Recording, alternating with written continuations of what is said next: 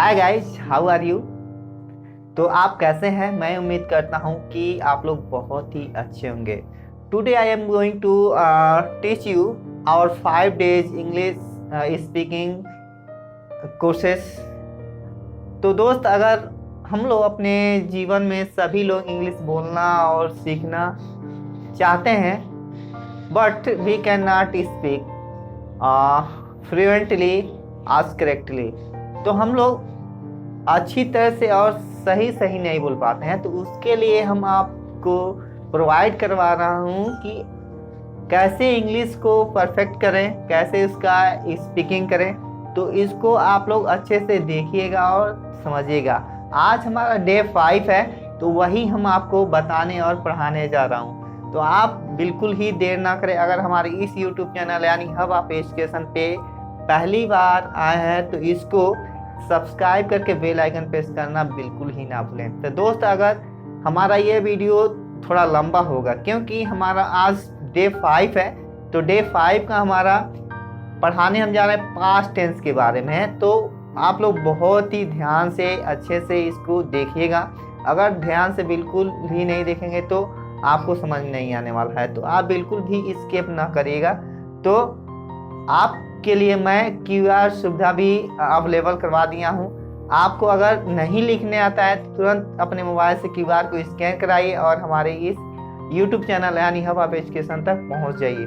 तो आप हमें फॉलो भी कर सकते हैं। मालूम है कहाँ पे? फेसबुक, व्हाट्सएप और इंस्टाग्राम पे। तो हमारा एक और भी YouTube चैनल है जिसका नाम है EMS YouTube चैनल। तो उस पे इंग्लिश, मैथ, साइंस से रिलेटेड भी वीडियो मिलते हैं। तो चलिए हम अपने स्टार्ट करते हैं 5वें दिन के वीडियो को। तो हम लोग जानेंगे पास्ट टेंस के बारे में। किसके बारे में? Past tense. पास्ट टेंस के बारे में हम लोग जानेंगे। पास्ट टेंस में जानते हैं क्या होता है? भूतकाल। तो हम लोग इस टेंस के बारे में जानेंगे। तो हम लोग पास्ट टेंस में क्या चीज नॉर्मली यूज करते हैं आप लोग को मालूम होता है। एक हमारा होता है to be verb. Verb to be क्या होता है? Verb to be. तो इस प्रकार का जो वर्ब होता है इसमें कोई भी कार्य नहीं होता है, ठीक है। तो इस प्रकार के वाक्य में कोई भी कार्य नहीं होता है। जैसे कि वह एक लड़का था, वह एक लड़का था। तो आप लोग मालूम है कैसे बनाते हैं इसको? He was a boy। तो देखिए, तो इसमें हमारा कोई भी कार्य नहीं हो रहा है, सिंपल है, बस बताया जा रहा है कि वह एक लड़का था। फिर वह एक ईमानदार लड़का था। वो इंग्लिश हम डायरेक्टली लिखते हैं He was an honest boy। तो इस तरह आप इस तरह के वाक्य का अपने डेली रूटीन में यूज कर सकते हैं। जैसे वह किसान था, He was a farmer। Meera मेरी बहन थी, Meera was my sister। Ram मेरा बड़ा भाई था, Ram was my elder brother। तो इस तरह करके हम लोग अपने डेली रूटीन में यूज कर सकते हैं। तो टू बी वर्ब का सीधे सीधे एक पहचान है। क्या पहचान है? पहचान यह हो है इसमें कि इसमें कोई कार्य नहीं होता है। इसमें कोई कार्य नहीं होता है, ठीक है। टू बी वर्ब का पहचान है, इसमें कोई कार्य नहीं होता है। और अंत पे क्या आता है? था, थे, थी। यह आपके टू बी वर्ब में यानी जो हमारा वाक्य रहेगा उसके अंत में था, थे, थी आपको आएगा। तो इस तरह से आप इसको टू बी वर्ब पहचान जाएंगे। तो उसमें हम अगर सिंगुलर सब्जेक्ट है, सिंगुलर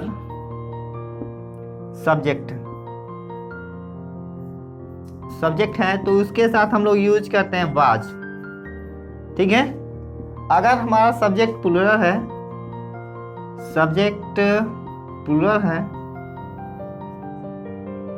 है तो इसमें हम उसके साथ इस्तेमाल करते हैं क्या, वेयर का, सॉरी वेयर का हम लोग प्रयोग करते हैं। तो आपको इन बातों को ध्यान देना होगा। अगर हमारा सब्जेक्ट सिंगुलर रहेगा, सिंगुलर मतलब एक वचन, तो उसके साथ वाज हेल्पिंग वर्ब प्रयोग करेंगे। अगर सब्जेक्ट हमारा प्लूरल रहेगा तो उसके साथ वेयर का प्रयोग करेंगे। तो इसको आप बिल्कुल ही ना भूलें।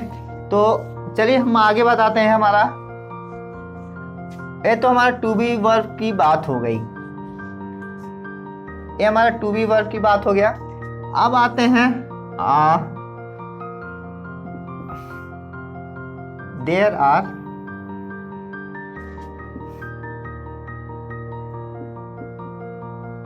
Four kinds of tense. आपको मालूम है पहला क्या होता है? पहला होता है इंडेफिनिट, इंडेफिनिट होता है। दूसरा होता है हमारा कॉन्टिन्यूअस, कॉन्टिन्यूअस होता है।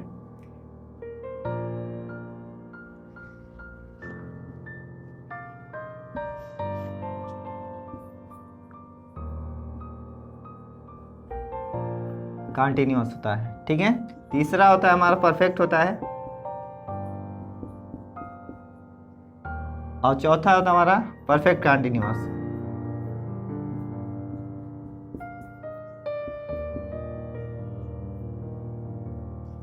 ठीक है। तो हमारे 4 टेंस होते हैं, इंडेफिनिट, कॉन्टिन्यूअस, परफेक्ट, कॉन्टिन्यूअस। तो इन चारों को हम लोग पढ़ेंगे। तो पहले हम स्टार्ट करने जा रहे हैं आप लोग को लिए। तो इसको इंडेफिनिट स्टार्ट करने जा रहे हैं।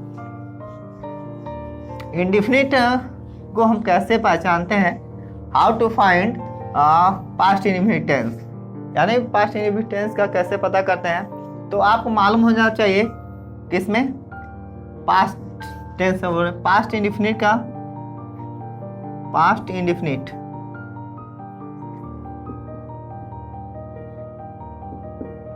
इंडेफिनिट का पहचान क्या होता है?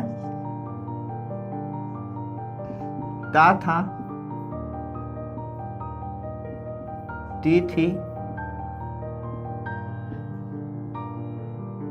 ते थे। इतना हमारे वाक्य में आएगा, ठीक है। जो हमारा वाक्य रहेगा इसमें ता था ती थी आता है। तो इसे जैसे हमारा वाक्य के अंत में ता था ती थी आएंगे तो हम उसको तुरंत ही पहचान जाएंगे पास्ट इंडेफिनिट है। जैसे मोहन पढ़ता था, मोहन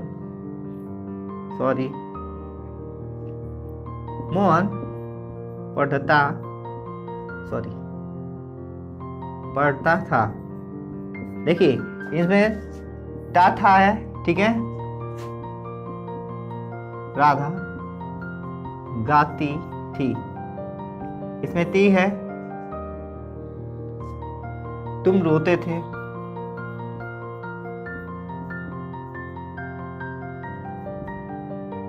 देखिए ते थे हैं। तो ये जो वाक्य है इसको हम लोग बनाते हैं। तो बनाने के लिए इसका फार्मूला होता है। क्या फार्मूला होता है? इसको हम लोग देखते हैं। सब्जेक्ट होता है प्लस वर्ब का जो होता है उसका सेकेंड फॉर्म होता है, प्लस ऑब्जेक्ट होता है, ठीक है। इसको इस तरह क्या रहेगा, पहले हमारा सब्जेक्ट रहेगा, देन हमारा वर्ब का सेकेंड फॉर्म रहेगा, देन हमारा ऑब्जेक्ट रहेगा। यह 3 चीज रहेंगी और लास्ट में अदर वर्ड आता है तो अदर वर्ड को भी लिख देंगे। तो आपको मालूम होना चाहिए इसको। चलिए हम बनाते हैं। कैसे बनता है? मोहन पढ़ता था, इसमें क्रिया भी आ रही है। क्या चीज? पढ़ने का। इसमें गाने का क्रिया आ रहा है, इसमें रोने का क्रिया आ रहा है। तो हम इसको बनाते हैं मोहन, ठीक है। रेड, देखिए रेड दोनों एक ही होता है। मोहन पढ़ता था, मोहन रेड। और फिर तुम गाती थी,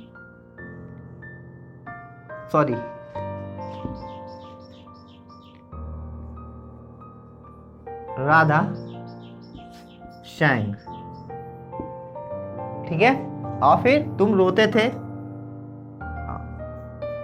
you wept। इस तरह इसका प्रयोग करते हैं। तो आप जान ही गए होंगे इसका प्रयोग कैसे करते हैं। तो चलिए हम इसके आगे का देखते हैं।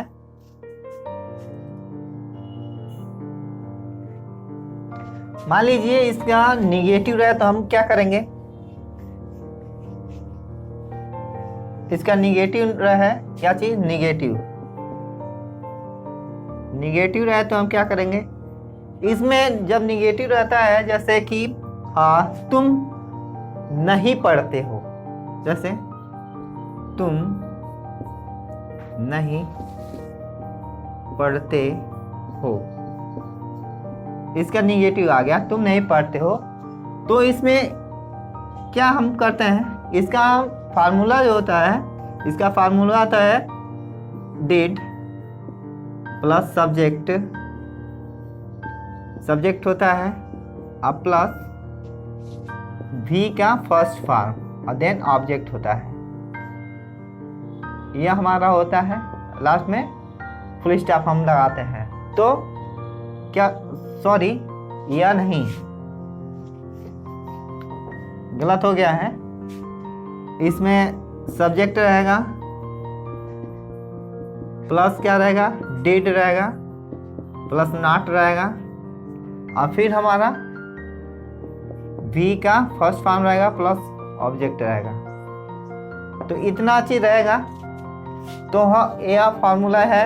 और फिर इसमें चलिए हम बनाते हैं, you did not read, last में फुल स्टॉप। तो हम इस तरह करके हम बना सकते हैं, you did not read, you did not eat food, you did not go to school daily, you did not attend your class, I did not listen the music। तो मैं इस तरह हम लोग बना सकते हैं अपने टेंस को, और इसका हम अपने डेली रूटीन में इसका प्रयोग भी कर सकते हैं। तो इसके साथ हम लोग चलिए देखते हैं हमारा क्या चीज, इंट्रोगेटिव।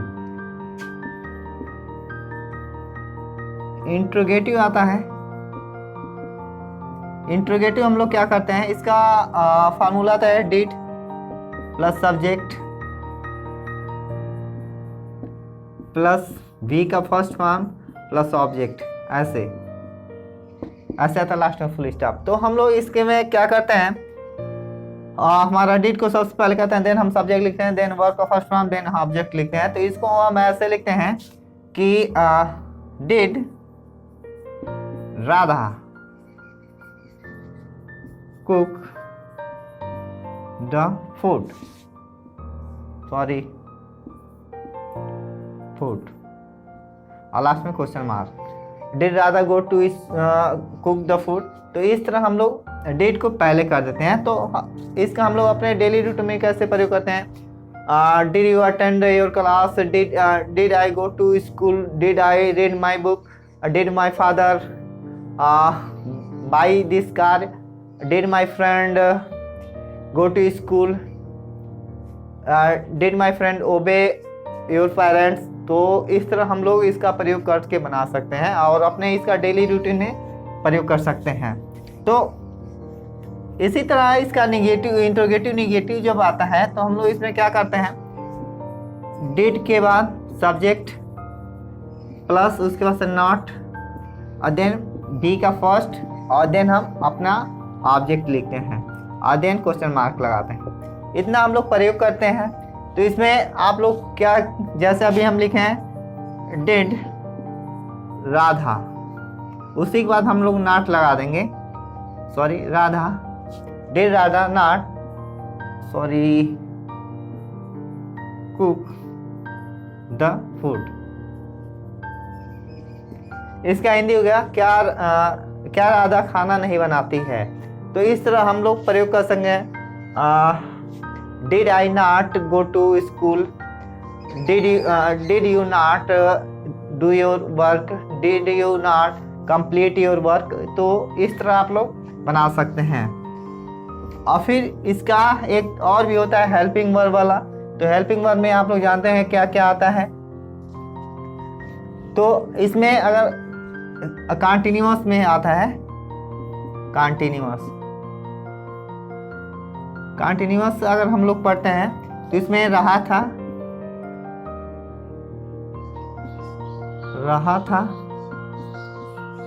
रही थी, रहे थे,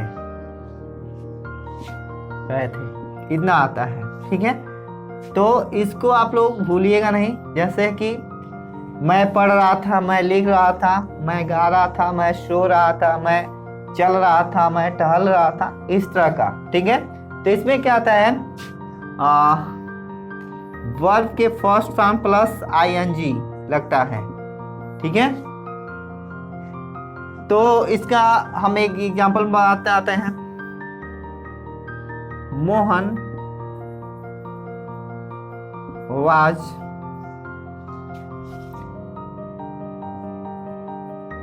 reading his book।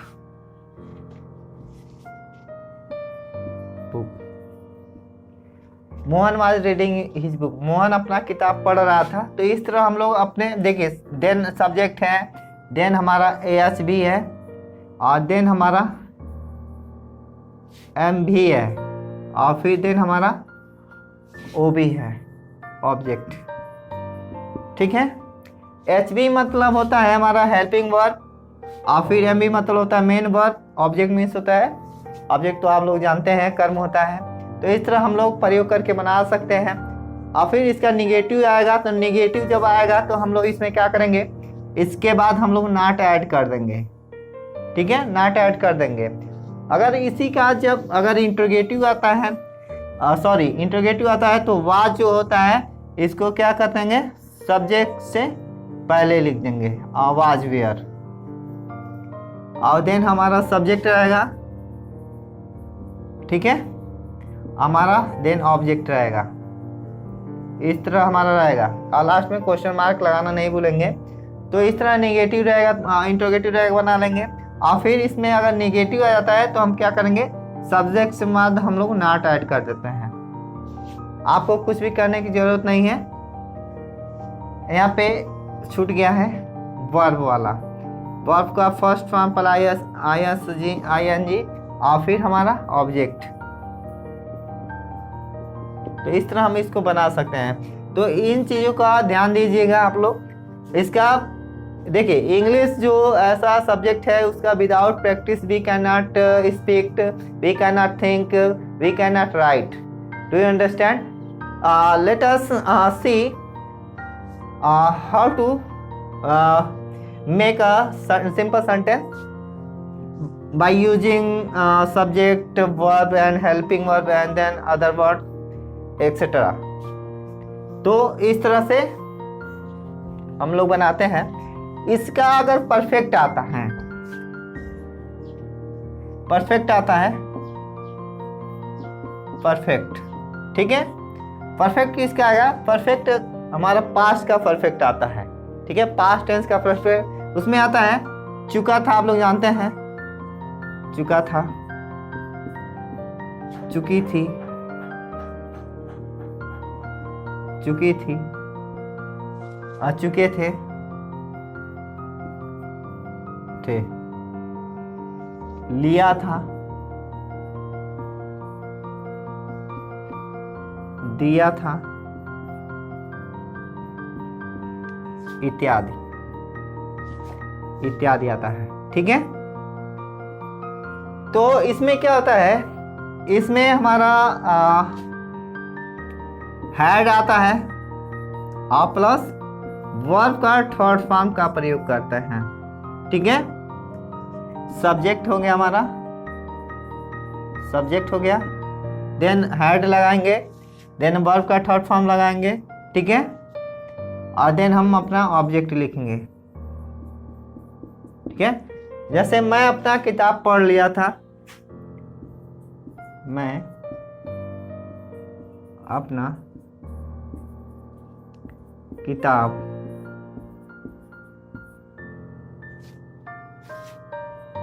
पढ़ लिया था। ठीक है, तो लिखेंगे I had read my book. ठीक है, वह खाना खा लिया था, लिखेंगे he had eaten the food. इस तरह हम लोग इसका बना सकते हैं। ठीक है, इसमें ध्यान दीजिएगा आप लोग, चुका था, चुकी थी, चुके थे, लिया था, दिया था इत्यादि शब्द आते हैं, तो इसको इस तरह बनाएंगे। अगर इसमें इसका निगेटिव आता है, क्या चीज, निगेटिव आता है, तो इसमें क्या करेंगे, हैड के बाद हम नॉट ऐड कर देंगे। ठीक है, और फिर इसका अगर इंटरोगेटिव आता है तो इसी हैड को हम सब्जेक्ट से पहले ऐड कर देंगे। अब बाकी एज इट इज अपना मेन वर्ब है, अपना ऑब्जेक्ट है, अदर वर्ड है, उसको एज इट इज हम लोग लिख देंगे जैसे हम लोग लिखते हैं। ठीक है, तो आपको कोई दिक्कत नहीं आया होगा।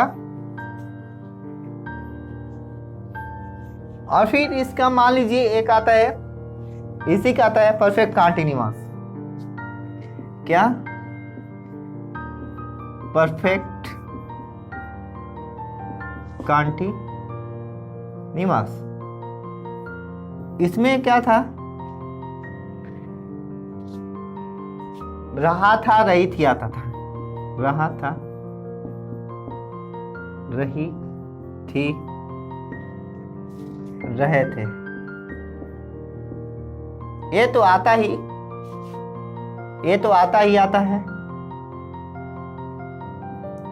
ठीक है, ये तो आता है, हमारा इतना आता है, लेकिन उसके साथ समय भी दिया होता है। इसके साथ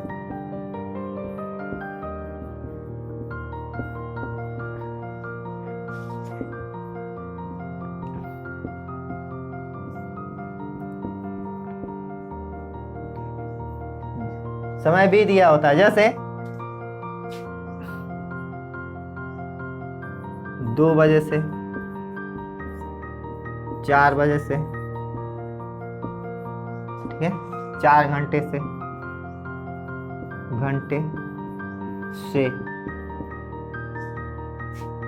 सन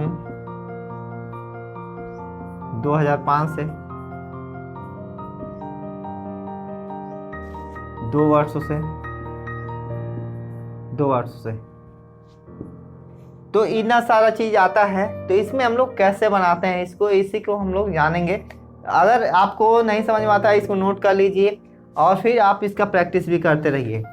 देखिए, इसमें निश्चित और अनिश्चित समय आता है। क्या, तो आप समझ ही गए होंगे। इसमें निश्चित,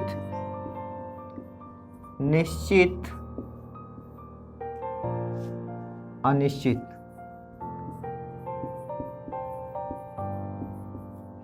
ठीक है। निश्चित समय के लिए हम लोग क्या लिखते हैं, सिंस लिखते हैं, सिंस, SINC। और फिर अनिश्चित समय के लिए हम लोग फार लिखते हैं, ठीक है। निश्चित में क्या आता था, 2 बजे, बजे वाले, जिसमें भी अगर बजे आएगा और फिर सन आएगा तो हम इसमें क्या लगाएंगे, सिंस लगाएंगे। अगर इसमें अनिश्चित आएगा, जैसे 4 घंटे,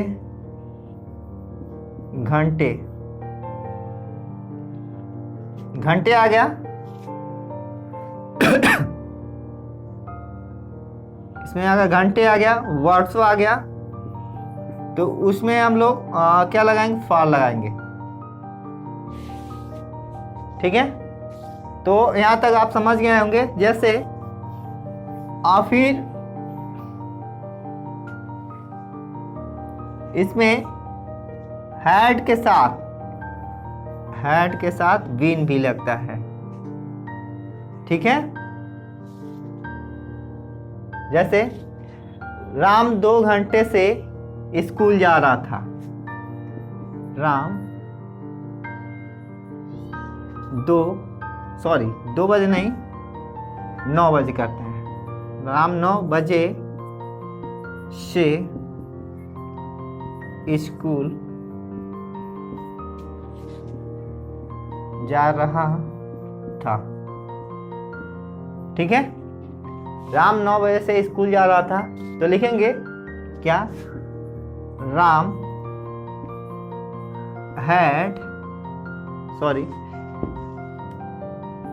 had been going to school। देखिए यहाँ पे 2 बजे 9 बजे आया है, तो बजे आया है तो हम यहाँ पे सिंस लिखेंगे, सिंस 9 o'clock। चलो ठीक है, तो इस तरह बना सकते हैं, Ram had been going to school since 9 o'clock, इस तरह हम बना सकते हैं। तो दोस्त आप लोग ऐसे प्रैक्टिस करिए। अगर मान लीजिए इसका निगेटिव आता है, निगेटिव अगर आएगा तो इसके बाद से क्या, यहाँ पे बीच में नॉट ऐड कर देंगे। ठीक है, हैड नॉट प्लस बीन ऐसे लगाएंगे। अगर मान लीजिए इसका इंट्रोगेटिव आता है, इंट्रोगेटिव अगर आता है तो इसी हैड को यहाँ पे मान लीजिए हमारा सब्जेक्ट है, तो सब्जेक्ट से पहले यहाँ पे हैड लगा देंगे। ठीक है, अगर मान लीजिए क्वेश्चन वर्ड वाला हमारा इंट्रोगेटिव आ गया, क्वेश्चन वर्ड आ गया हमारा, तो इसके पहले हम क्वेश्चन वर्ड अपना यहाँ पे लिख देंगे। ठीक है, और देन हम अपना यहाँ पे प्लस बीन लगाएंगे, और फिर हम अपना वर्ब के फर्स्ट फॉर्म में क्या ing ऐड करेंगे, फिर ऑब्जेक्ट लिखेंगे, ऐसे ऑब्जेक्ट लिखेंगे। ठीक है, और फिर हम अपना क्या सिंस वाला लगाएंगे और फिर बना देंगे। लास्ट में क्वेश्चन मार्क लगाना बिल्कुल ही नहीं भूलेंगे। तो इस तरह आप करके बना लीजिएगा।